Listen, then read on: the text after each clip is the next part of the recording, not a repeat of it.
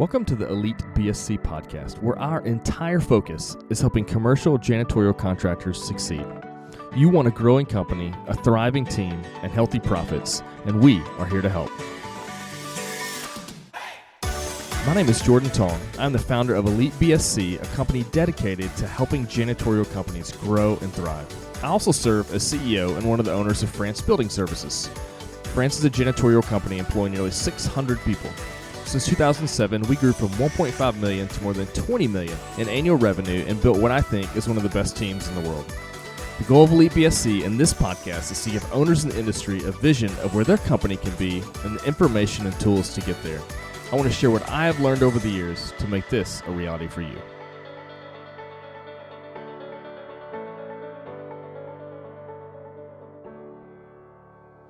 Hey, janitorial contractors, it is Jordan here. So, in the last episode, I had talked about an upcoming conference that I was going to be speaking at. It was the ISSA show, or not their show, it's a business growth workshop that they had in Chicago, which was a great event. And I think I said this at the beginning of my talk there, but ISSA is making a concerted effort to try to connect with janitorial contractors, the BSC world, and this was part of that effort. And it was a good event. It was a small event, but a lot of times small events can be pretty impactful, and just the connections you get to make, and just it's a more relaxed feel than the big shows.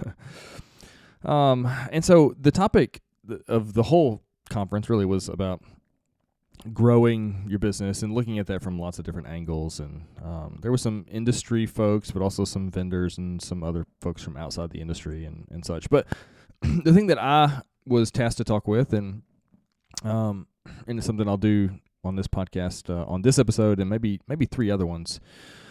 I'm going to break down sort of the gist of what I talked about there here. And I was talking about prospecting, and essentially what I was talking about was the marketing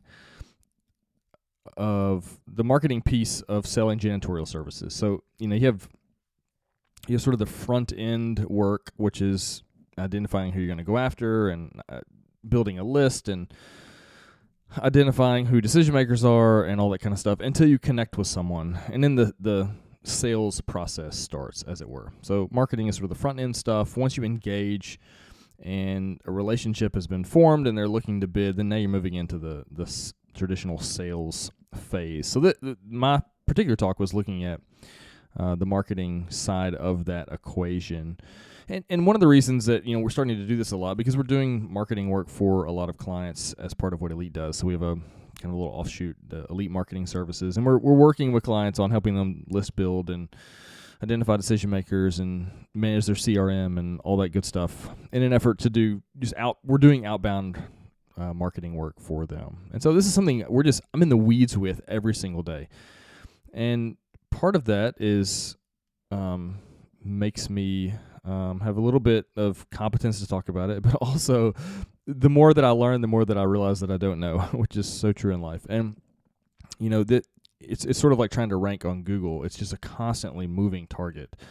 And so I don't have a silver bullet answer, but we have come up with some things that we think are pretty tried and true and helpful in the long run. And so what I want to go through here is, I think there's really 4 parts to the marketing process. And that's going to be, first is establishing your ideal client profile. And I've talked a little bit about that on this podcast, but I'm going to dive into that a little bit more, and actually some of the specifics on how you would do that. And then building a list, actually like going out and finding prospective companies that match that ideal client profile. And then identifying decision makers and outsource status, and then nurturing. And nurturing will be the 4th one that we'll talk about. It's kind of the last stage in the marketing process before you get some sort of engagement with the client. And the reason we do this, and I know that I've talked about this and probably beating a dead horse here a little bit, but most contractors that are looking to grow, this is not true across the board because I can think of exceptions in my head right now, but most of us are looking for larger accounts. And so it requires a more focused approach to land bigger accounts. If you're fine with 2 and 3 day accounts that are 300, 500, $800, $1,000 a month, you can probably spray and pray. You can throw a bunch of stuff on the wall and see what sticks. And you might have success if success is defined by getting a lot of those kinds of accounts. But I don't know anybody that is aiming for larger accounts. And by larger, I'm meaning $3,000, $4,000, $5,000 a month on up. And finding those, they're not using the, just throw everything out there and see what sticks approach. They're having to be a bit more targeted. And we've always called this our rifle approach. We want to be really dialed in and specific, like we're firing to take down a big game animal, right? Like we're not shooting at a small bird. We're shooting at an elk here, and we need something that is a bit more powerful but also more precise. And so that's what we're doing here. And these bigger accounts, I think, help us get where we want to go. And the process that I'm outlining, I think, at least in rough form, is the process we need to be taking if that's where we want to get to. And that's the kinds of clients that we want to be able to sell to.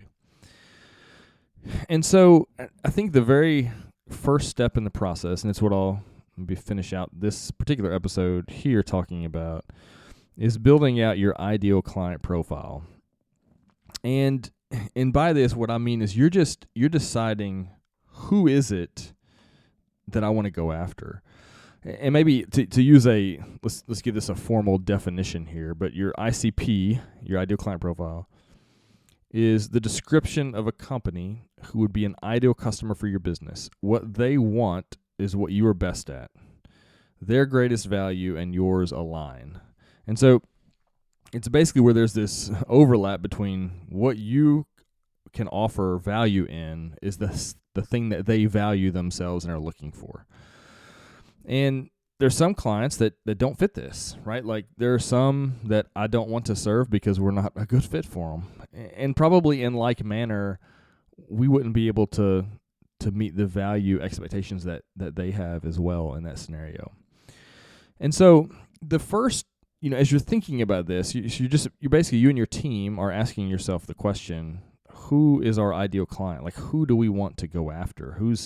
If we could go build a list of, the top 200 clients in our market, who would they be? Who would we want to have if we had a wish list? And that's, essentially what you're trying to do here. Most of us, and this has certainly been true of me in the past, particularly when I first started in the industry, I would just go look at, as we were growing into some new markets, and we were still a very small company. We were growing into some new markets, and I just would remember like driving through the city. It was a city of maybe 200,000 people, and thinking, oh my goodness, look at all the business. And it was almost a bit overwhelming to think about all the potential doors you could knock on.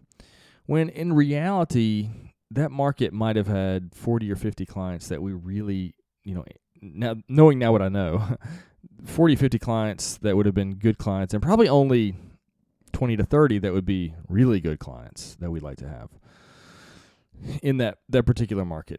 And again, we're a little bit picky. We're looking for a little bit different things. So for some companies, that number might be ratcheted up just a little bit. But it's not in the hundreds of clients in a particular market like that. It's much smaller than that. And so the first thing that you want to do, I think, if you're an established company that's in the business, is you want to go in and look at your current customer list. And I would encourage you to sort this in a couple of ways. I'd look at it by revenue, and I'd look at it by profit. And really, what I want to know, I say revenue dollars, profit dollars, and then profit percentage. So what I'm looking for are the accounts that have high profit dollar and profit percentage. So in my mind, the profit dollar is probably more important because, you could make 80% profit on a $200 a month account, but that's still not going to move the needle much for the organization. And so you're looking for those accounts maybe, this is all going to depend on where you're at as a company, but those accounts where you're making $1,000 a month or $2,000 a month in profit, or maybe 3, 4, 5, whatever it is. And you're looking at the ones that, and seeing, okay, these are our good ones. We make good money here. And then you maybe start asking some other questions, like, Are we do a good job servicing them? Are they a happy customer? Is this a difficult account to service, or is this one that we find that we're pretty good at and it's not a terrible strain to service them? We've had accounts that were very profitable and very big, but also were an absolute pain to service, and we probably wouldn't intentionally chase after other ones like it. And so what you want to do is study that existing list and then start marking out some of the characteristics of the ones that you really like. And then correspondingly, making a list of the things that are absolute no's for you. So early on, we had, if I'm thinking here, I remember us having 3 different retail accounts when our company was like $1.5 million in revenue. And looking, having done those, we realized within probably a year, probably much sooner, but that as we begin to think about sales more intentionally, retail is a no, always and forever. But there were other things, like for us at the time, manufacturing and medical made a lot of sense for us. Part of that was because of our markets that we're in, and part of it, we seemed to do well in those. And we liked some other things about them, the additional work and such. And we felt like we could do a good job, and we were profitable typically in those accounts. And so what you're looking to do is essentially take what you have, your existing list, and then maybe use it to sort of expand beyond and think about your market, stuff that you'd like to have. And then really you're looking at 3 different types of criteria that you want to establish. One is the location. So you're going to have a geographic constraint of where you can go after clients. So you may say, hey, I'd love to have manufacturing. Well, if you're in Nashville, Tennessee, you're not going to look for a manufacturing plant in Lincoln, Nebraska. It's just, you're not going to do it. It's too far away. So maybe you're geographically confined to Middle Tennessee or to a 2-hour radius around Nashville or whatever that might be. And so you need to identify your geography, and then next your vertical market segment. And what I mean here is, are you going to do medical? Are you going to do inpatient medical? Are you going to do multi-tenant buildings? Are you going to do property managed buildings? Are you going to do retail? Are you going to do manufacturing, warehousing? Identifying the ones you're going to say yes to, and the ones in those vertical market segments that you're going to say no to. And then lastly is size. So we want to look at the geography, we want to look at the segment, and then lastly the size. Is it an account big enough to justify what you want? And so these judging size is one of those things that is different depending on what type of account it is. So for instance, a warehouse that has 100,000 square feet but only 5,000 square feet of office is probably going to be a pretty small job. Whereas a manufacturing plant, or let's say a medical office that is 30,000 square feet, is likely going to be a significantly higher volume of work and man hours, and hence revenue and likely profit. So in each of the categories, manufacturing, warehouse, commercial office, medical, churches, schools, you need to have some criteria that will help you judge the size. So as you're going, which the next thing that we're going to do is build a list. That's what we'll talk about in the next episode. You need some criteria to be able to start sorting with in order to weed out the stuff that you wouldn't want. So maybe at a church, it's like, hey, I want to make sure there are X amount of staff members on that church, which might equate to, 500 or 1,000 people, congregants that are in that building. Or perhaps a school, you're looking for number of students. So maybe there needs to be at least 200 students before the school meets what you need in order to hit the revenue that you need. An office building, you could probably do that one by square footage, assuming a relatively high occupancy rate. Manufacturing is probably going to be driven more by number of employees in the building. So on and so forth. You can sort of go through each vertical market segment and identify what that is. And then at the end, what we're doing after we've done all that is we document this and say, okay, for medical, we're looking in these areas, and this is the size range that we're looking for, which means there needs to be this many doctors or providers in that particular practice for this to be a viable lead for us to start chasing. And you do that for each segment. So commercial office, maybe have a little bit different criteria, manufacturing a different criteria, on down the line.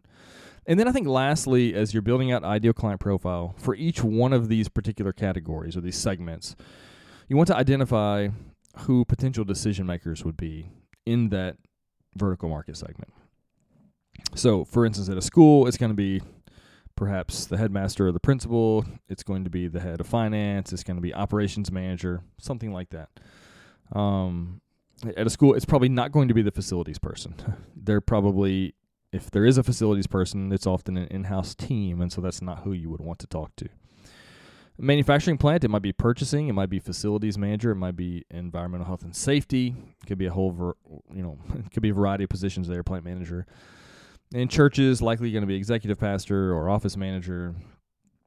And each one's going to be different. And so, but identifying and jotting this stuff down. And once you create this document, this ideal client profile document with locations, segments, and size criteria for each of the segments, along with possible decision makers, you've now positioned yourself to be able to go out and build your own list, or have the criteria that you need, all the specifications you need, if it will, to start building out the list. And so this is the first place to start in the prospecting or in the marketing process, building out your ideal client profile.